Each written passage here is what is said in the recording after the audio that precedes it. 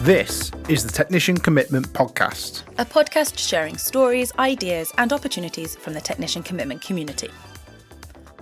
Driving change together. I'm Charli Corcoran, Lead Animal Care Technician at the Institute of Aquaculture at the University of Stirling. My name is Michael Bayliss. I am the Senior IT and AV Technician within the School of Histories, Languages and Cultures at the University of Liverpool. This podcast is created by the sector for the sector.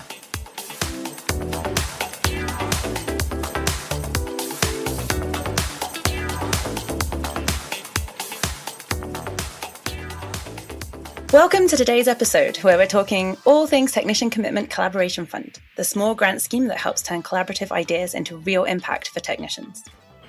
The Technician Commitment has always been about working together, and this fund is a practical way to make that happen, supporting signatory institutions to collaborate with external partners and advance visibility, recognition, career development and sustainability.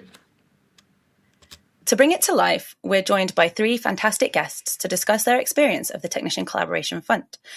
For this episode, we're joined by Clare Stevenson, Penny Hundleby and Mel Leitch. So if I could ask you guys to introduce yourselves. Clare? Okay, so my name's Clare Stevenson. I'm here today as Associate Lead for the Technician Commitment, and I actually lead for the Collaboration Fund, so I've been helping to organise this since 2021. Amazing. And Penny, I realise I said your surname wrong. I do apologise. Penny Hundleby. No. That's okay. I still say it wrong after all these years. So I'm Penny Hundleby. I'm at the John Innes Centre, and I was the Technicians Commitment Lead for the Centre back in 2023 when I applied for the Collaboration Fund Award. I'm a technical scientist by background, spent about 30 years working in crop genetic technologies, but more recently I've moved across to the directorate team where I'm involved in overseeing some of our research partnerships and science community engagement. Thank you. And Mel, welcome to the podcast. Thank you. Yes, I'm Mel Leitch. I'm a technical manager in the Faculty of Medical Sciences at Newcastle University. I'm also the Technician Commitment Lead for Newcastle University, which is in that capacity in which I applied for the Collaboration Fund. Fantastic. So our guests are going to share what they did, what they've learned, and why the fund made a difference to them. So if you've ever wondered whether the Collaboration Fund could work for you, this is a great place to start. And to start with, we're going to start with Clare. For the benefit of our listeners who might be hearing all about the Collaboration Fund for the first time, what is it? Why was it set up? And what kind of projects and ideas tend to work best for the Collaboration Fund? It's quite a big question, that one. It's like 3 in 1, that question. Okay. So the Collaboration Fund was established in 2021, and it's actually a small grant scheme which is designed to sort of enable collaborative projects between Technician Commitment signatory institutions and external partners to really advance the aims of the Technician Commitment, which are visibility, recognition, career progression and sustainability of those technical roles. It's open to all Technician Commitment signatory organisations, and funding is awarded on a competitive basis, and we invite submissions in the range of between £100 and £1,000 to support these collaborative opportunities. So it's things like joint workshops, shared training, development of shared materials, facilitation of work placements, maybe exchanges, seminars, conferences, engagement with industry, a whole range of different things. Wow, it's massive, isn't it? It's fantastic that. Thank you so much for sort of explaining a little bit more. Penny and Mel, can you give us a brief introduction to projects you deliver through the Collaboration Funds? We'll start with Penny. So we used the funding. So we applied for quite a modest, so £600, and that was to help deliver a cross-institute accessible science conference. So this was to bring research and support staff together from 4 different research institutes on the Norwich Research Park. So the John Innes Centre, which we are, so that is a plant and microbial research centre. The Sainsbury Laboratory, which has a focus on plant health. The Earlham Institute, which is a genomics and sort of synthetic biology research institute, and then the Quadram Institute, which has a focus on gut health and food safety. So 4 very different but related institutes. And it built on an event that we had already been running. So the John Innes Centre and the Sainsbury Laboratory had been running an accessible science event since 2016. And this is an event that we run the day before our annual science meeting. But it was a day aimed at making our science much more accessible to our research and support staff, who often felt the actual annual science meeting was a little bit too in-depth. So that's what we did with our funding. And Mel, how about you? What was your project? This was a bit different because every other year we run a conference in Newcastle. And what I wanted for the conference in 2024 was to open it with a video. And the collaboration fund paid for that video to be made. And we used the money to buy time out of technicians. So the video was made by technicians, highlighting the technicians at work, and it was paid for by the collaboration fund. That's how we've got it all to come together.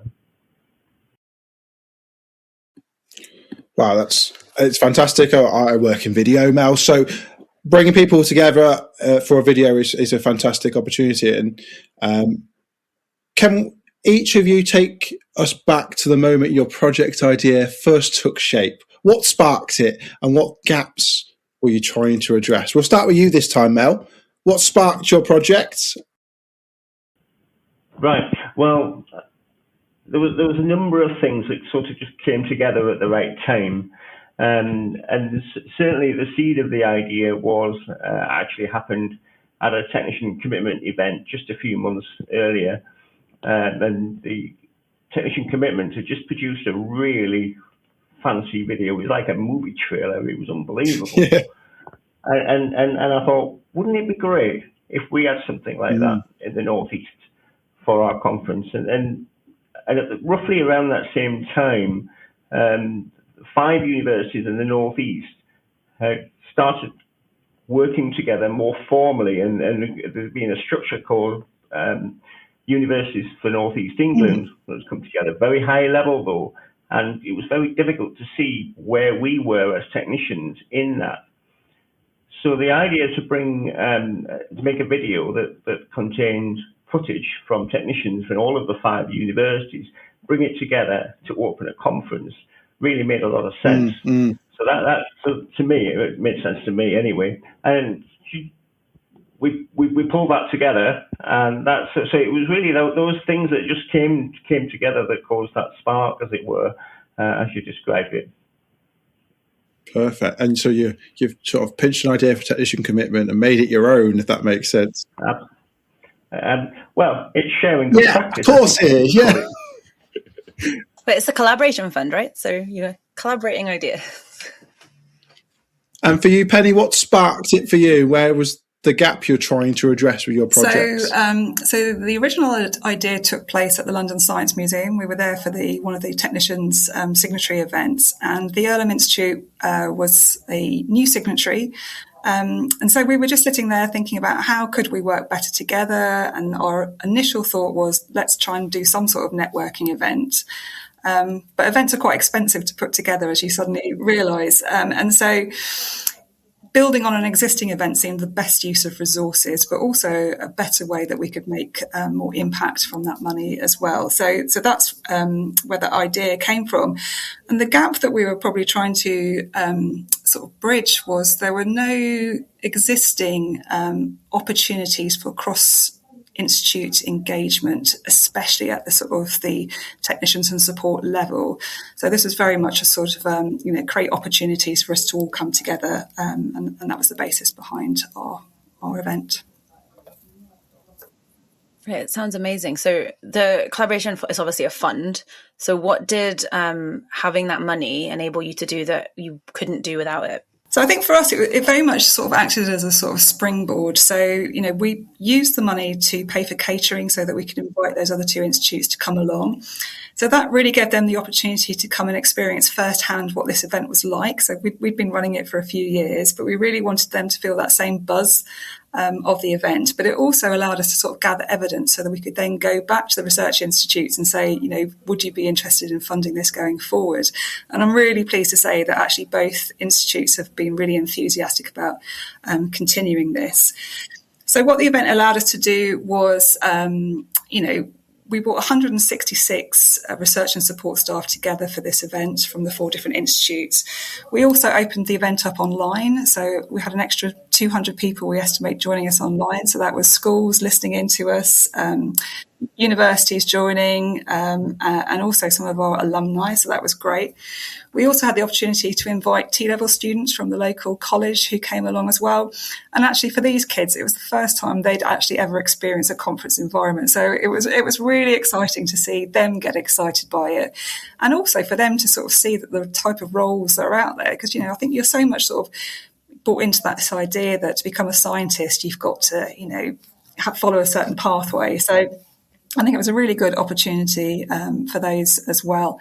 And I think the fact that we were a bigger event also meant that we could go out and actually attract a really good keynote speaker. So the keynote we had that year was a guy called Ben Garrard. He's a evolutionary biologist, but he's also, specialises in science engagement. So exposing our scientists to what good science engagement looks like. He's a TV and radio broadcaster. He's worked with Sir David Attenborough. It was amazing to have him along, and he sort of really sort of raised the bar quite heavily. So we've had some really good keynote speakers going forward since. So yeah, it was a really good springboard for us, which I don't think we would have probably pushed it in that direction without the collaboration fund.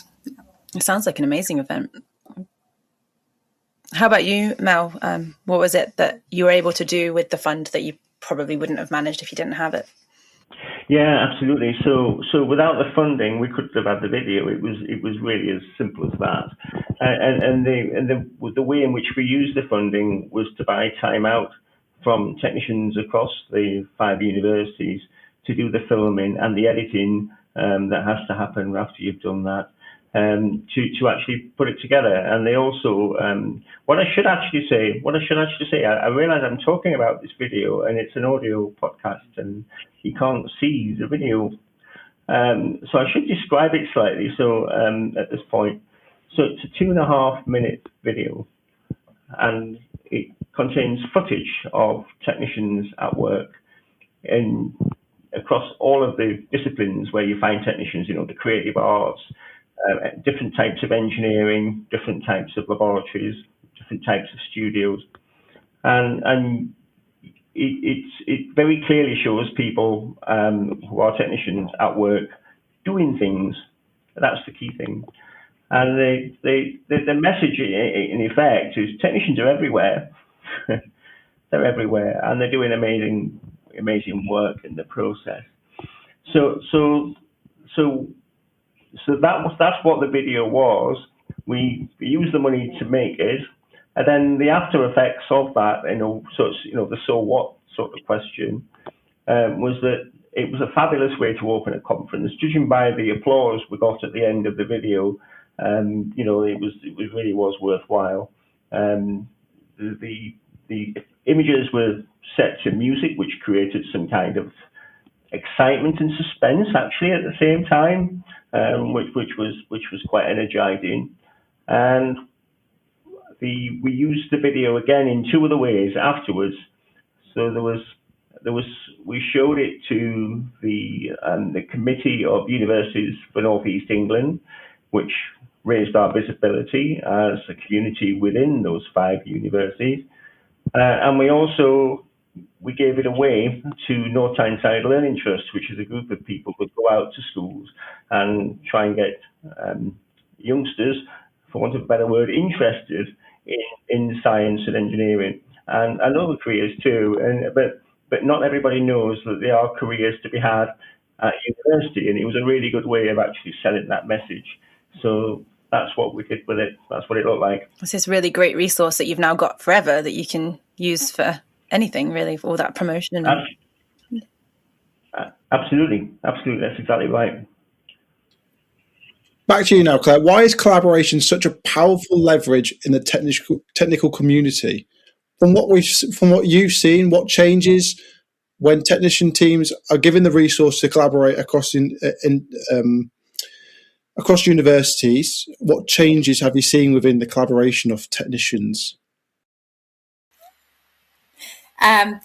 So I think I'll answer that in a slightly different way, if that's okay.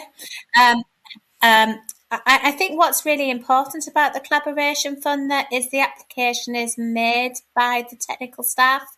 It's their idea. It's what they see happening on the ground, and it's where they see the gap that needs to be filled. And they often are not eligible to be able to apply for other larger, bigger grants, so they can actually see something that can really make a difference for other technicians. So that's one way that I think it's really important. Another way is that by applying for the grant, it really gives them new experiences, opportunities of what it's like to apply for funding, which is a really key skill as more and more funding opportunities now are eligible for technicians because of the technician commitment. So it really gives you an idea to think about, okay, you've got this idea, but what do you want to achieve from it? What do you need to achieve this, and what impact are you planning to get? And these are all really important skills. So that's what I think is one of the big benefits the technicians themselves applying. But then the fact that it's collaborative, it's not just within your organisation. So it's very easy to get focused on something that you're doing just at your organisation or institution, but actually thinking maybe somebody has already solved that elsewhere. Perhaps by working with somebody else, you can bring a fresh perspective. So by doing it with one or more other signatory organisations or partnerships, you can share that expertise and actually get a really bigger impact out of it. And the consequence of it as well is you also raise your own profile externally to your organisation as a technician. So there's lots of benefits to applying for this.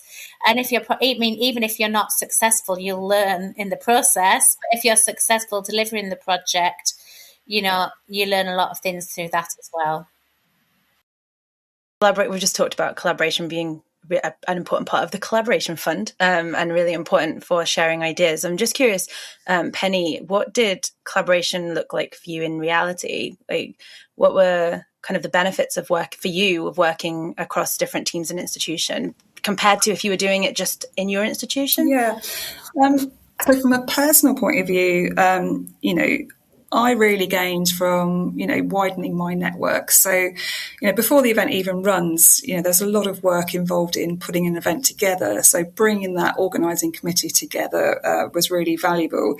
Planning for this event took quite a bit of work. So we actually started planning for the October event in March. And so regularly meeting up and sort of checking in with the other institutes was really valuable. I think having this sort of cross-institute event really helped to raise the visibility of the science that's happening on our own doorstep. But also, I think by collaborating together, the actual external reach of our event was much greater as well. We had 4 times, the comms teams who were able to sort of share stuff on social media. Obviously, we had different networks who were able to share things. So actually, the reach of the event was huge. And they're all things that we can measure and get metrics for.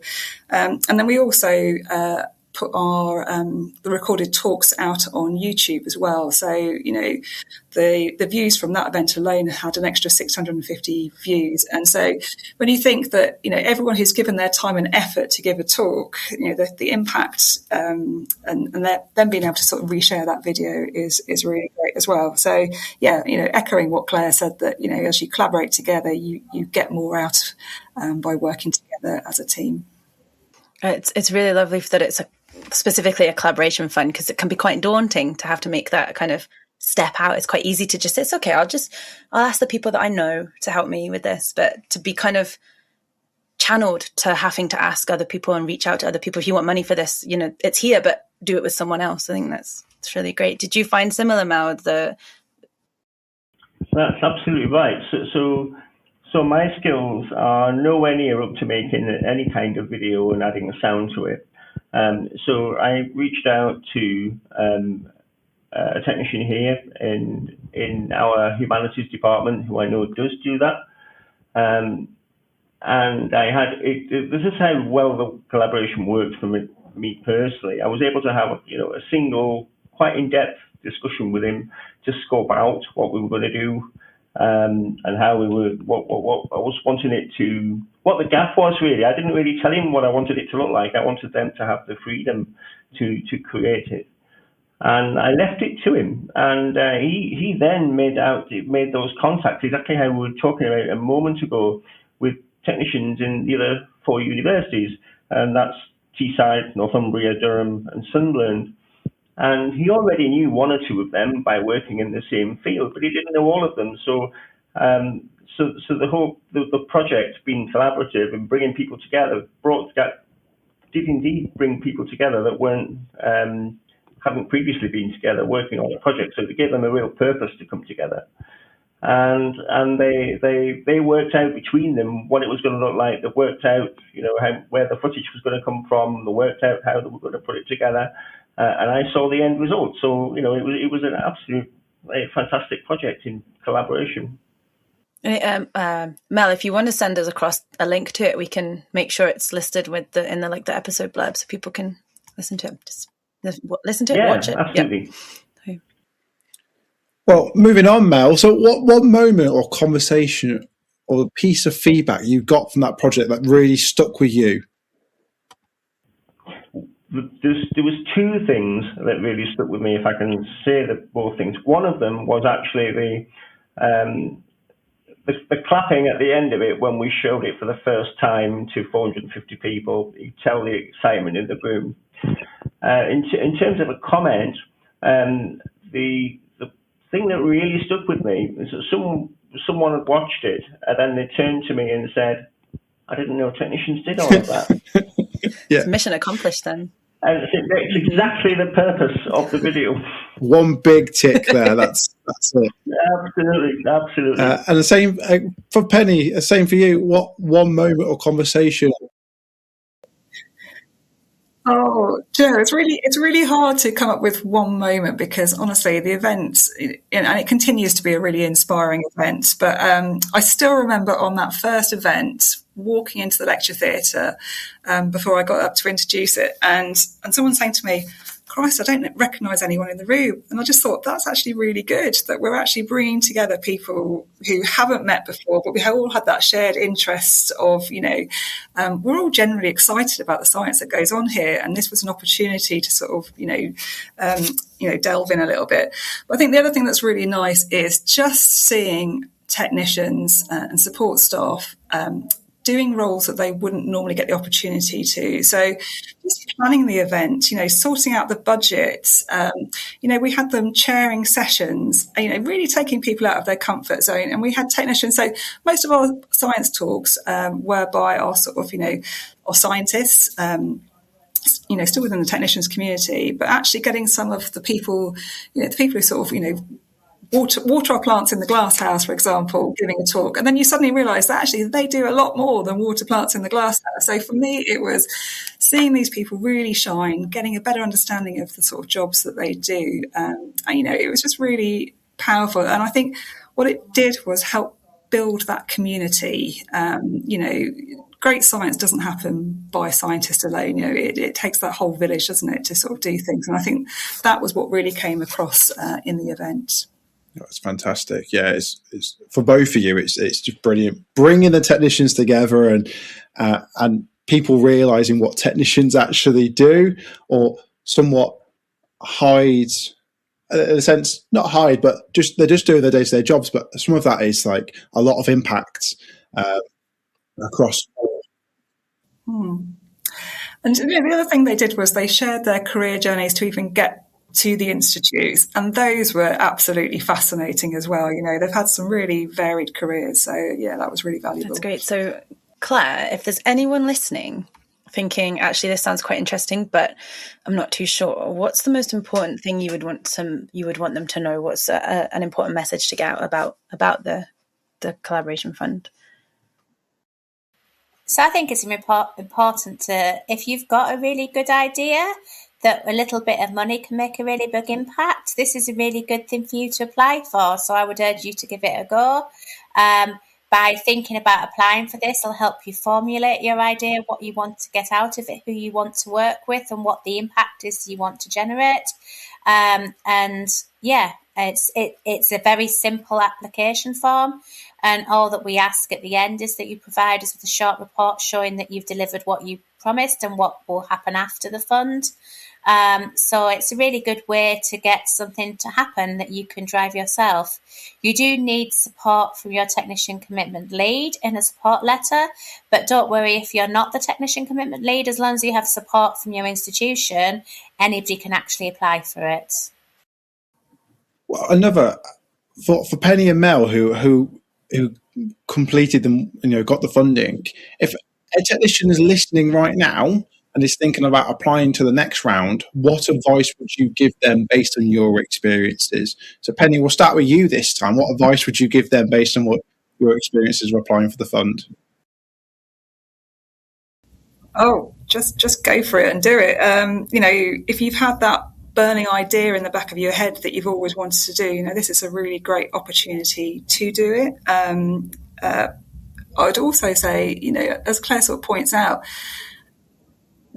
so often you go to events and you don't realise the work that goes in behind that. So actually it gives you a really good insight into, how these things come about. And it's really important that you think about what it is that you want to deliver. Are you just sort of trying to get people together for a coffee? That's fine. But, if you want a lasting legacy, if you want whatever you're trying to build to continue, how is that going to continue? What's that going to look like? And it forces you to think these things through. And actually, in the report writing itself, I think that was a really valuable skill, because I think you probably underestimate the impact of your events until you're asked to write it up. So yeah, that was great as well. Sounds like there's quite a lot of opportunities that you don't necessarily always get as technicians, like applying for a fund, writing a report. So worth doing just for those experiences alone for yourself. And what about you, Mel? What advice would you give a technician based on your experiences? Yeah, I agree with Penny, but I would also add, I think the writing about it is a really useful process to think about what is the purpose that you're doing this, whatever the event is or whatever the activity is, to actually think what is its purpose, and what is it you're trying to make it actually is the question I ask myself. What is it I'm trying to make, and being clear about that in the application form, and try and keep it concise and clear, and because it is a competitive process. So of course there's only a finite amount of money, and if you want to win it, as it were, for want of a better word, for your activity, then clearly thinking about what its purpose is and how you're going to do it is going to be crucial in order to get it over the line. Penny, was there something you wanted to add? Yeah, I was just thinking that actually by hearing about the other events that other institutes do and run, that's a really good sort of, so if you think, I really want to do something, but I don't know what to do, actually sort of seeing what other people have achieved is a really good idea generator. There's quite a lot happening across the collaboration fund generally, and you can always go back and have a look at what other people have gone up to. And if you've got an idea, you're like, you know what, it's not going to work, and actually applying for the fund, it could work. There could be other technicians out there who are, in the same mindset as you. But the fund is, previous funds are out there and applications are out there. I'm assuming, Claire, that are on the site. Yeah, so each year we do a little report of what has been achieved the last few years, and we're about to launch the one for this year for what was achieved last year.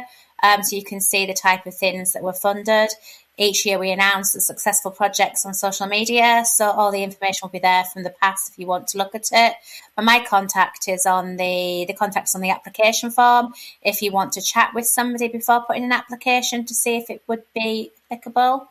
How long has the collaboration fund run for, and what is the benefits of the collaboration fund? So this is the 6th year of the collaboration fund this year, and over the previous 5 years we've funded 27 different projects have been successful in funding. So that's a large number. So you kind of think, so we've got a lead organisation for each of these. So that's 27 organisations have been recipients of this funding. But I did a little bit of looking through the previous funds, and some have as many as there's 14 partners. Some have 2 or 3 partners. So as a rough back of the envelope calculation for now, I think we've got, we've engaged with probably upwards of over 100 different organisations over the course of this fund to deliver something. So actually the reach of the fund for what is a really small amount of money that's been used for this, it's benefited a large number of technicians that have been involved in projects as a result of this. The projects are often really quite small. The 2 projects today are some of our outstanding ones from the fund, but that's kind of not the point. The point is the fact that it gives people new opportunities to try things that then could go on to leverage additional funding to make something in the future at perhaps a more institutional or a bigger pot stage. So I think there's some of the benefits of the fund as a whole. It's really to sort of pump prime ideas from the technicians for technicians, which is the whole ethos of the technician commitment. Amazing. Thank you. I hadn't realised that was so many institutions had benefited from it. That's incredible. It's really good. The question we had for Penny and Mel is there anything you've learned through this process that you'll carry forward into your work? So things in terms of what I've learned, I've honestly learned that our science administrators do a phenomenal job that I don't think we give them enough credit for. So actually having those as part of our organising committee was really essential. And in fact, everyone who was on the organising committee brought something new in. So, we had a whole range of sort of job roles represented, from lab support to research assistants to, people from our IT department and comms team. So, everyone brings something new to the table. So working across disciplines and across institutes was really valuable. I mean, one of the things that shook me was having been successful in obtaining the funding. It's a real catalyst for getting things done, and really found it was quite energizing for people to come together for that purpose. And it was like pushing on open doors to get things done because we had the money. So it really was almost like a key to that magic key to the door, or many doors. And that's still ongoing because, of course, the North Tyneside Learning Partnership is still using that resource. The universities for North East England still want to know who we are. I'm meeting one of their managers tomorrow, in fact. So that's where it all started from. So, it has had a legacy, and I would say, yes, definitely, it's enabled us to push on open doors. Oh, it's amazing. I think that analogy of pushing on open doors, it's always like talking to a brick wall. You can't get anywhere. Now you've got money, you can go through that door, you've opened that hurdle, you can jump it, you can go forwards. Money is key, as they say sometimes, isn't it? Or is it cash is key? And actually, it's a very small amount of money. I mean, that's the thing that's really the breadth of the impact it can have for such a small money. And that's because it's probably quite a different style of project that's funded elsewhere. Finally, Claire, where can people go to learn more or apply for the Collaboration Fund? So all the information is on the Institute of Technical Skills and Strategy website. And I'm hoping we can have a link in this podcast to where the application form is. So the application is open every year. It normally opens in early December and closes sometime at the end of January, beginning of February. So look out for the next one that's open, and start thinking about the projects that you could work on collaboratively with other organisations. It's a relatively simple application form, but one of the things I've seen from sort of the organisational aspect of it is it's quite clear that sometimes people have had experience of filling this type of thing in, they do it really well, and they know what type of thing is easy. And other people, it's quite clear it's probably the first time they've filled out this type of funding application, and that's why it's a big learning curve. And it's not about the length it's about really just having a good idea, showing what you want to deliver with it and what the impact will be, and then will it be an ongoing embedded project? And they're the things that we're looking for. Is there any opportunity to get any feedback from anyone before submitting the application form? Like, is there any help available for people who have never done something like that before? So there's an email on the application form that you can contact if you would like to have a chat with somebody. I'm more than happy to speak to anybody prior about their idea. afterwards, we have a small panel that go through the applications and we decide which can be funded. Unfortunately, we only have a small pot for funding. So I think the success rate is approximately 50%. So it's not a bad success rate. But we do send feedback letters to all successful and unsuccessful applicants, and in the unsuccessful ones we highlight what we would like to see. It might be that we like the application but would like to see something different and encourage to submit another year, or so we try and make it a very positive experience, so even if it's not funded you still learn from the experience. Fantastic. Did you have something to add, Penny? So I was saying that, although the applications are written by technicians or technicians commitment lead, very much sort of tap into your organisation's, leadership team as well. So, they've got experience of putting these things together. So I very much ran it past someone with experience in putting those sorts of sort of grant applications together. And so the feedback I got from them was really useful. So if anyone's interested in seeing our Accessible Science event, each year we publish them after the event online. So if you Google Accessible Science John Innes Centre, you will find all those talks online. It's amazing. Thank you so much to Clare, Penny and Mel for joining us on today's episode of the Technician Commitment Podcast. It's episode number 2 and you can follow us on wherever we get our social media from. But thank you again to our 3 fantastic guests talking about the Technician Collaboration Fund. Thank you for listening to the Technician Commitment Podcast. To learn more about the Technician Commitment, or if you're interested in joining, please visit the Technician Commitment website, which we will link in the description of this podcast. To make sure you never miss an episode, subscribe to the Technician Commitment Podcast wherever you get your podcasts.